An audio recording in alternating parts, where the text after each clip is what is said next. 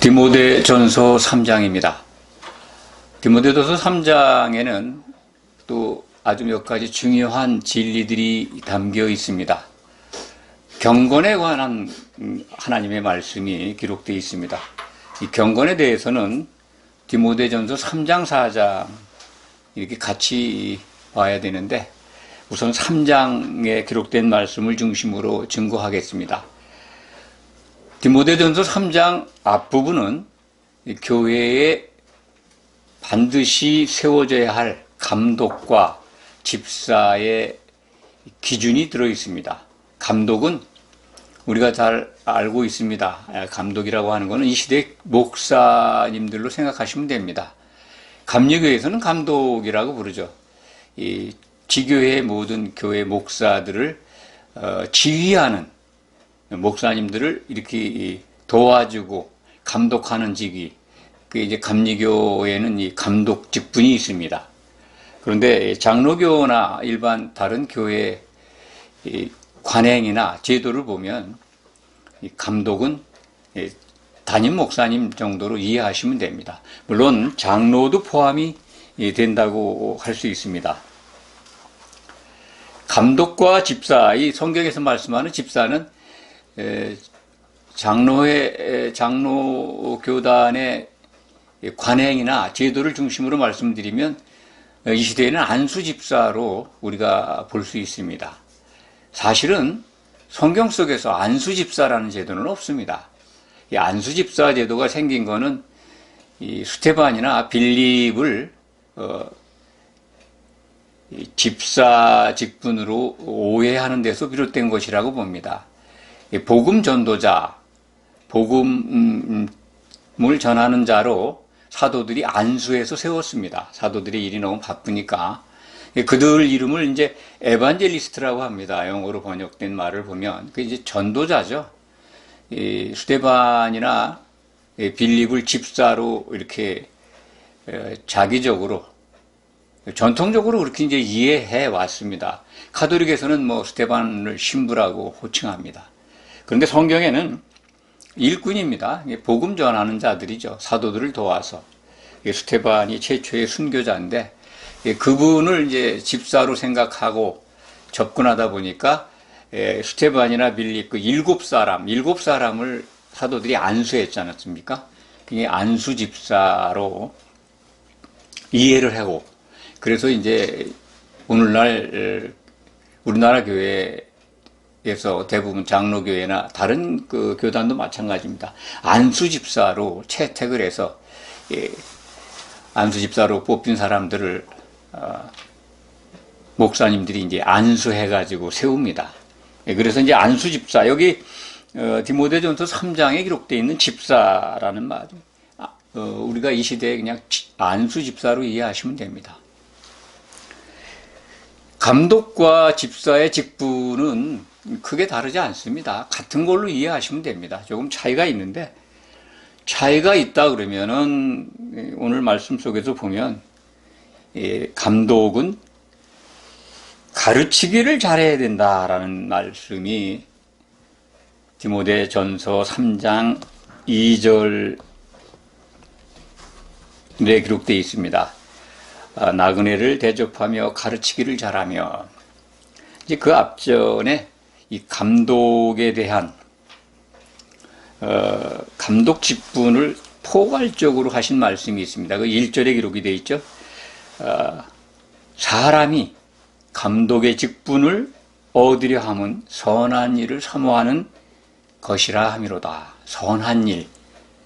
감독이라고 하는 직분을 사모한, 참 그 간절히 원한다고 하는 것, 그건 이 선한 일을 사모하는 것과 같다. 하나님의 선을 우리는 꼭 생각하시기 바랍니다. 사람들이 행위적으로 생각하는 선이 아니다. 성경에서 말씀하는 선은 하나님의 선입니다. 하나님의 선을 다시 강조해 말씀드리면 하나님이 기뻐하시는 것입니다. 하나님께 좋은 겁니다. 아주 심히 좋아하시는 거죠. 좋지 않은 것이 나타난 것은 아담이 홀로 거하는 것, 아담이 혼자 사는 것을 좋지 않다고 하셨습니다. 그러니까 아담이 짝을 얻는 게 하나님이 가장 기뻐하시는 겁니다. 그게 하나님의 선입니다. 아담이 짝을 얻는 일, 거기에 참여하는 것, 그것이 이제 선한 일을 사모하는 겁니다. 신약 성경을 기준해서 말씀드리면 다시 오실 예수님의 짝을 얻어서 결혼하는 것, 혼자 살지 않게 하는 것, 그것이 하나님의 선입니다. 그 선한 일에 우리는 지금 참여하고 있습니다. 선을 항상 늘 생각할 때 우리들의 그 선한 행실, 행위적으로 뭔가 성도들이 선을 찾으려고 하는 것, 그런 것도 좋지만은 정말 하나님의 선이 뭔가를 분별해서 안다면 성도들이 교회에서 뭘 해야 될까라는 하는 것이 딱 뭐랄까요, 머릿속으로 잡히죠. 아, 이거는 내가 어떤 행위로 다 선을 찾는 게 아니라 형제를 사랑하는 게 하나님의 선에 참여하는 것이구나. 왜냐하면 교회가 완성되어야 되기 때문에. 교회의 완성은 서로 사랑하라는 그 계명 속에서 성령 안에 있을 때 우리가 선을 이루게 됩니다. 집사와 다른 가르침이 있다면, 집사의 조건과 다른 조건이 있다면, 조금 전에 말씀을 드렸습니다. 감독은, 목사는 가르치기를 잘해야 된다. 가르친다고 하는 게 이제 선생, 교사죠. 에베소서 4장 11절에 보면 사도의 직분에 대해서 설명을 합니다. 어떤 사람은 사도로, 어떤 사람은 복음 전하는 자로, 어떤 사람은 목사, 곧 교사로 이렇게 세우셨다. 그들은 성도의 일을 온전하게 하여 그리스도의 몸으로 세워지게 하는 봉사의 직분, 성도들이 그 온전하게 되도록 돕는 사람들이다. 이런 말씀이 나오는데, 이 에베소서 4장 11절에 기록되어 있는 목사, 곧 교사입니다. 목사 이꼬르 교사입니다. 목사와 교사, 앤드가 아니라 곧 같다라고 하는, 목사는 곧 교사다. 가르치는 자라는 겁니다. 그러니까 오늘 감독의 직분, 가르치길 잘하며를 적용하시면 목사님들이 가장 중요하게 해야 될 일, 하나님이 기뻐하시면서 주신 일이 뭐냐면 성도들을 온전하게 흠이 없도록 잘 한 몸이 되도록 돕는 일꾼이다. 이 직분이 가르치는 거지 않습니까? 이 성경을 가지고, 다른 말씀이 아니라 성경을 가지고 잘 가르쳐야 된다는 거죠. 이게 집사 직분에는 이 가르치길 잘하며가 빠져 있습니다. 그렇기 때문에 목사의 가장 이 감독 직분의 가장 중요한 내용이 이 교사의 직분이다. 이 가르치기를 잘해야 되는 것에 대해서 좀 더 부연 설명을 드리면, 이 교사, 가르친다라는 뜻이 전에 말씀을 드렸죠. 이 배울 마음이 들게 하는 것이다. 헬라어, 그리스, 옛날 그리스 말 속에 들어있는 교사의 뜻은 그렇습니다. 그러니까 목사가 성도들에게 가르치기를 잘해야 되는데 제일 중요한 덕목이 그들로 하여금, 말씀을 듣는 자들로 하여금 배울 마음이 들게 해야 됩니다. 저도 그 부분을 맨날 돌아보면서 어떻게 하면 배울 마음이 들게 할까를 고민합니다. 원활하게 된다고 생각은 안 합니다. 많은 부족함이 있는데 어떻게 하면 하나님의 말씀을 쉽고 또 잘 이해하도록 풀어서 늘 들으면 배울 마음이 일어나게 할까? 그 마음을 어떻게 하면 갖게 할까를 고민합니다. 그래서 이 목사의 가장 으뜸가는 덕목이 있다면 성도들에게 배울 마음이 들게 하는 것이다. 이렇게 저는 강조하고 싶습니다. 집사와 감독의 공통되는 이 조건이 딱 하나가 많이 있습니다. 근데 중요한 게 뭐냐면 다른 건 다 대등소이합니다. 이 디도서 1장에도 이 장로의 직분, 또 집사, 이 장로의 어떤 이 장로 세움의 기준이 나오는데 비슷합니다. 디모데전서 3장이나 디도서 1장에 기록되어 있는 그 조건들은 비슷한데 공통점이 있다면 한 아내의 남편, 남자인 경우에 남자 집사, 그러니까 우리 한국교회 기준으로 안수 집사로 세움을 받는 분들은 한 아내의 남편이어야 되고 자기 집을 잘 다스려야 된다는 겁니다. 그게 감독과 집사의 공통 조건입니다. 한 아내의 남편으로서 자기 집을 잘 다스려야 된다. 그 부분이 어디에 기록이 되어 있냐면 4절, 5절에 기록이 되어 있습니다. 디모데전서 3장 4절, 5절 제가 한번 읽어드리겠습니다. 자기 집을 잘 다스려 자녀들로 모든 공손함으로 복종하게 하는 자라야 할지며 사람이 자기 집을 다스릴 줄 알지 못하면 어찌 하나님의 교회를 돌보리요. 집사에 관한 그 조건 중에 그 12절에 기록되어 있습니다. 이 시대에 적용한다면 안수 집사님들이라고 말씀드렸습니다. 집사들은 한 아내의 남편이 되어 자기와 자기 집을 잘 다스리는 자일지니 공통점이죠. 그러니까 한 아내의 남편이 되고 집을 잘 다스리는 게 절대 조건입니다. 오늘날 안수 집사님, 또 여자분들로 적용한다면 권사님들이라고 생각을 합니다. 이거에 근거해서 여자 집사 중에 안수를 통해서 세우는 권사, 물론 성경에 권사라는 제도는 없습니다. 기독교가 만든 전통인데 그런 걸 바꾸서 교회의 덕을 더 세우고 봉사일을 열심히 하고 하나님이 기뻐하시는 선에 참여한다면 제도에는 없다 하더라도 아주 좋은 그러한 그 전통이라고 저는 생각을 합니다. 감독과 집사의 조건은 오늘 말씀 속에 있는 것들을 읽어보시면 충분히 잘 알 수 있습니다. 또 관행적으로 전통적으로 교회 생활을 오래 하신 분들은 장로의 직분, 목사가 어떻게 해서 세워지고 장로가 어떻게 세워지고 안수 집사가 어떻게 세워지고 권사가 어떻게 세움을 받고 그런 조건이 어떤 것이라는 거 다 잘 압니다. 그렇기 때문에 14절, 16절, 14절에서 16절을 중점적으로 말씀을 드리겠습니다. 디모데전서 3장에 가장 핵심 테마가 있다면 16절입니다. 그런데 이제 14절에서 이 디모데에게 이 편지로 다 급하게 이걸 먼저 이 지침을 내려주는 목적을, 이유를 설명합니다. 내가 속히 네게 가기를 바라나. 이것을 네게 쓰는 것은 만일 내가 지체하면, 디모데에게 쓰는 겁니다. 너로 하여금 교회에서 어떻게 행할지 잘 모를 거 아니냐. 그걸 알게 하려고 이걸 쓴다. 그런 겁니다. 이 기록을 보면서 사도 바울이 에베소 교회에 다시 간 기록은 찾을 수가 없습니다.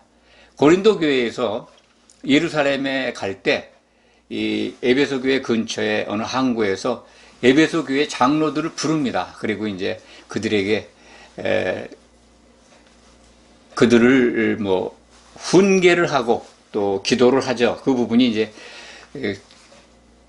사도행전 19장 20장인가 기록이 되어 있는 걸로 20장에 기록이 되어 있습니다. 그 부분 읽어보시면 에베소 교회의 장로들을 만나는 장면이 나옵니다. 그 시차가 어떤지 모르겠습니다만 디모데를 만나러 에베소 교회에 간 기록은 성경에 없습니다. 이 경건에 대해서 사도는 디모데에게 가르쳐주고 있습니다. 크도다 경건의 비밀이요.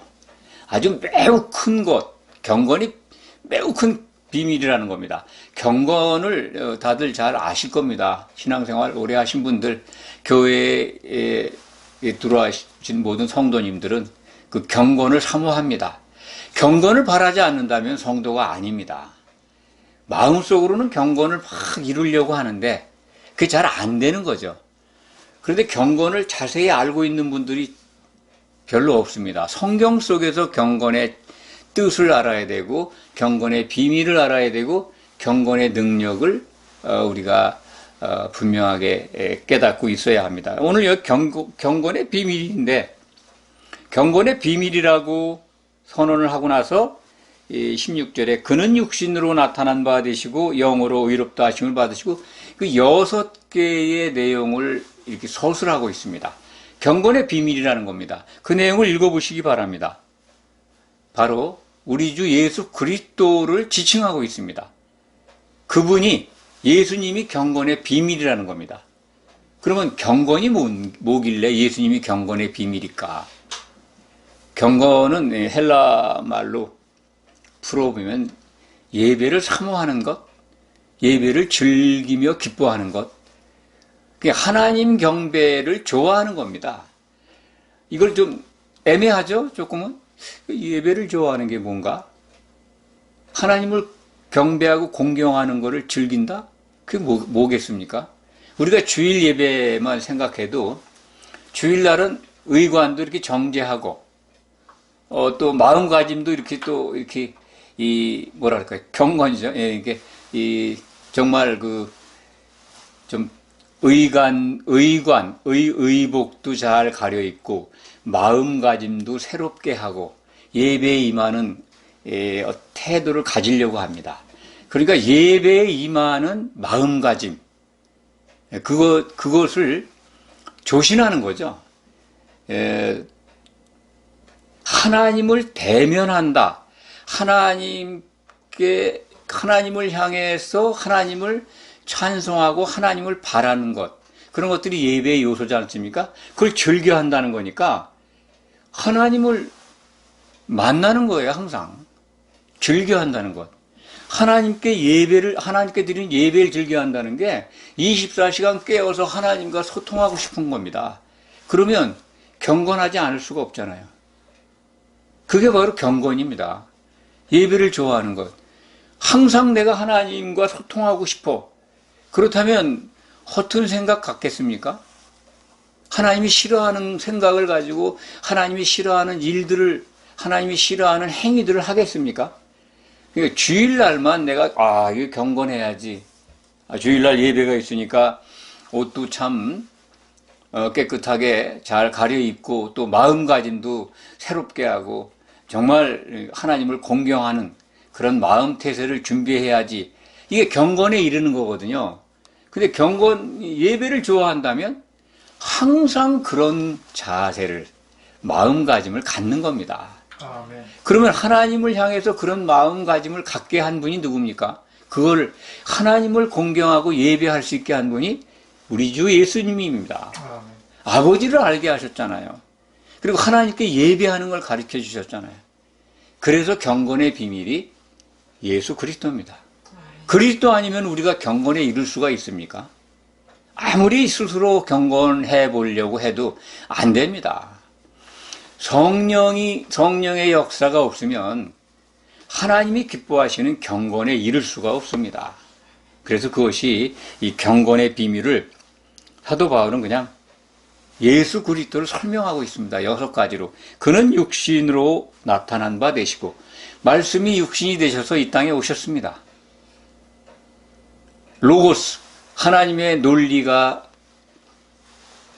사람이 되셔서 하나님께서 이제 다윗의 혈통을 타고 성모라고 하는 마리아에게서 태어났습니다. 이게 육신, 피를 가지고 오셨어요. 사람으로 오셨다고 하는 것은 피를 흘리기 위해서 오신 겁니다. 사람의 피가 더럽혀졌거든요. 죄가 들어왔기 때문에.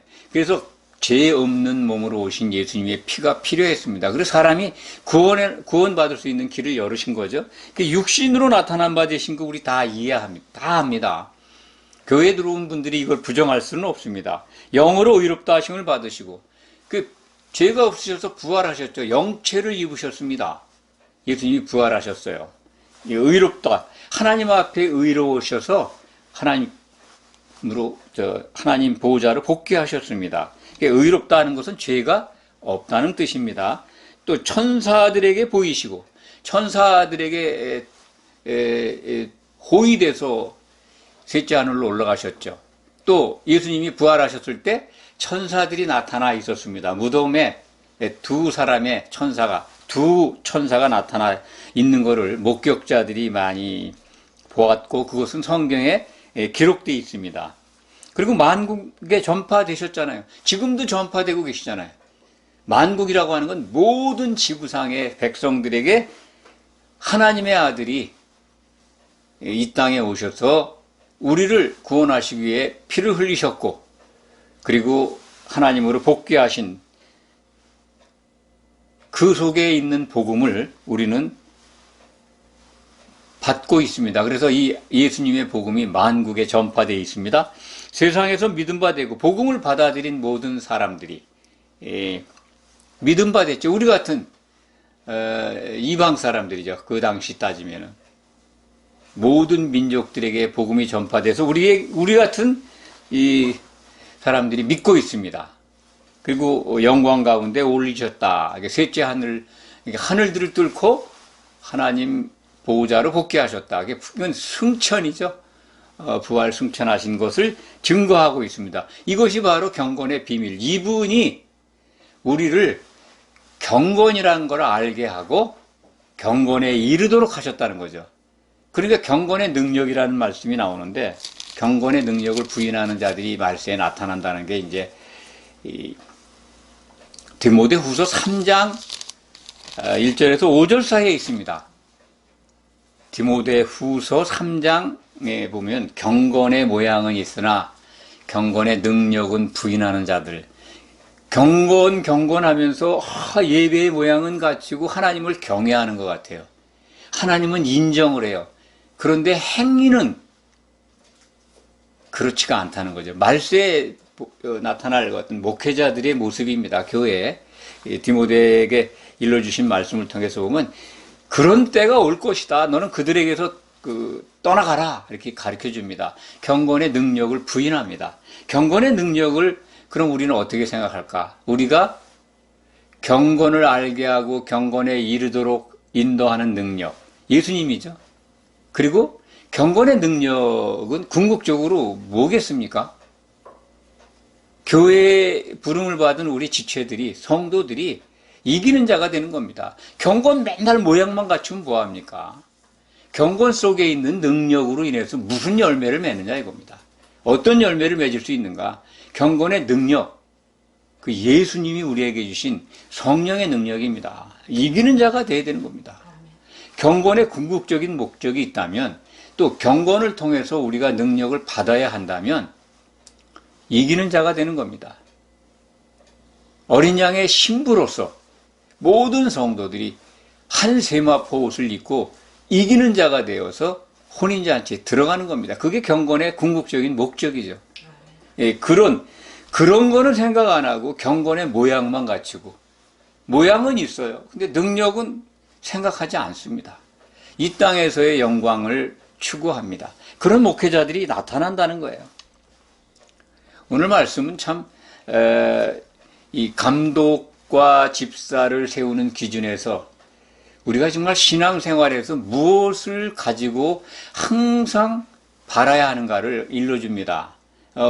감독이건 교회에 세워지는 감독, 목사님들이건 장로님들이건 또는 안수 집사님들이건 또 권사님들이건 또한 또 서리 집사님들까지도 다 이 교회의 일꾼으로 세워지는 겁니다. 무슨 교회 안에서 대접받으라고 목사가 있는 게 아니고, 장로가 있는 게 아니고, 안수 집사가 있는 게 아닙니다.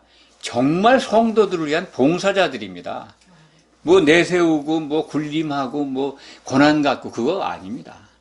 흠이 없이 성도들이 보존되도록 열심히 움직이는 사람들이 일꾼입니다. 사도 바울도 자신을 교회의 일꾼이라고, 집사라고 소개합니다. 그게 집사입니다. 일꾼이라는 게. 집사를 헬라어 원문으로 보면 먼지 사이를 가로지르는 자라고 풀이될 수 있다고 합니다. 먼지 사이를 얼마나 분주히 돌아다녀야 하는지, 그 성도들을 위해서, 성도들을 먹이고 입히고 또 돌보고, 궁극적으로는 성도가 서로 사랑하게끔 도우미로 보낸 일꾼들입니다. 그래서 그런 일꾼들 속에서 교회가 세워지면서 궁극적으로는 뭡니까? 모든 성도들이 항상 경건에 이르도록, 일시적으로 그냥 예배하는 날만 경건하려고 하는 모양만 있는 경건이 아니라 예배를 즐겨한다고 그랬잖아요. 항상 예배하는 자세로 예배에 임하는 마음가짐으로 자기 자신을 조신하고 준비하는 것, 그 경건을 유지하는 거죠. 경건을 유지할 때 하나님과 소통이 되는 거고, 그리고 그리스도 안에서 우리가 하나님이 기뻐하시는 한 몸을 이루어갈 수 있습니다. 경건의 그것이 바로 능력입니다. 우리가 한 몸이 되면 이기는 자가 되는 겁니다. 경건이 가져오는 능력. 경건의 능력은 경건이 가져오는 능력이 뭐냐? 이기는 자가 되게 한다는 겁니다. 여기에 소망을 둬야죠. 하나님이 기뻐하시는 것에 소망을 두는 것, 그것이 경건을 이루게 하고 경건의 목표인 능력, 이기는 자가 되게 한다는 겁니다. 이 말씀을 꼭 기억하시기 바랍니다. 기도하겠습니다.